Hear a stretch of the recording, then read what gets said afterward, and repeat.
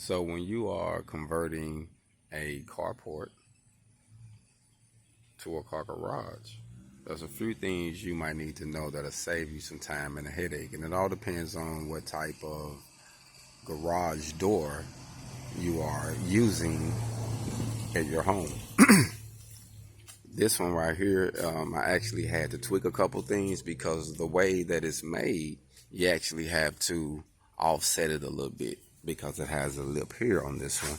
So I offsetted my door. I would say I went with a 2x4 here. I would say next time, if it, me knowing the way this was set up, I should have went with a 2x6. It gave me a little bit more room. Because what I did here, instead of using it regular, since I'm a welder, I tack welded everything in to offset, to compensate for that lip right here. But everything worked out good. Instead of using, like I say, I tack weld everything in. And I used different little brace bars that was stronger. I got these from Walmart. I just cut the ends off. They're a lot stronger than that Plex stuff with the screws in it. I like those better. But when you're doing this is actually a 9-foot door too, just so you know. But when you're doing this, I think it's very wise to figure out what kind of door you want to go with. I actually got this from Lowe's, so I got a deal on this one. And once I started doing reviews, they didn't have a lot of good reviews for that brand. They just said different ones was better, than others. But this one actually worked out pretty good. I had to work out a different way to put this tensioner on there and bring it down, which I'm going to show you here in a second. But one thing that I did learn when you're doing these, you can completely design it the way you want to. It'll be good to go with the lip of the building. It'll make it easier because most carports already got a straight edge. So you can use that to go straight up. So it all depends on what you're trying to do, but I would use that to be your straight edge. That'll make it easier for your garage opening. And like I said, whatever you want to do is siding is easier.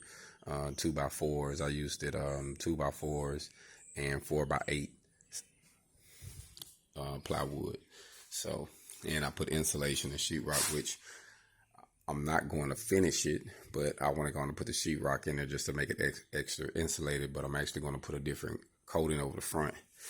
Probably the same thing, probably the same siding in the inside, but just to make it more insulated. But it's actually any way you want to design it. I wanted a bigger door.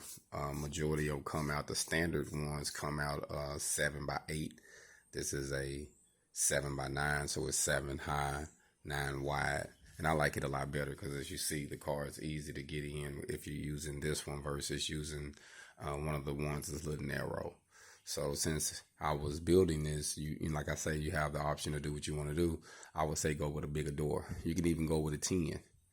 You can even go with a 10 if you can find one of 10. But I went with a 9-7 on this one, which gave me plenty of room on both sides. As you see, and we can still get the cart in here with no issue. So still a few things that I learned. I'm going to actually put the motor here where it's going to catch there to be able to bring in. So when I get ready to get the motor, I have it lined up to be able to bring it up. But now it's actually easy. I had my wife do it just to get it done. Like I say, I had to torque it a little bit. But it closes well. And it's not hard to open, so when it get ready to motor, it'll go pretty good, go pretty smooth, and it'll hold itself. So I learned a few things from dealing with this one, but I will say you got plenty options. You can line it out however you want to. So your imagination is your limitation. You don't have to go with siding. You can go with whatever you want to go with. But I will say your imagination is your limitation. And just get you a good door. Since I'm a welder, it was easy for me to fix the kinks that was wrong with this one to make it better. But it actually had some deep faults with this one, so I had to do some fabrication to it. But it worked out.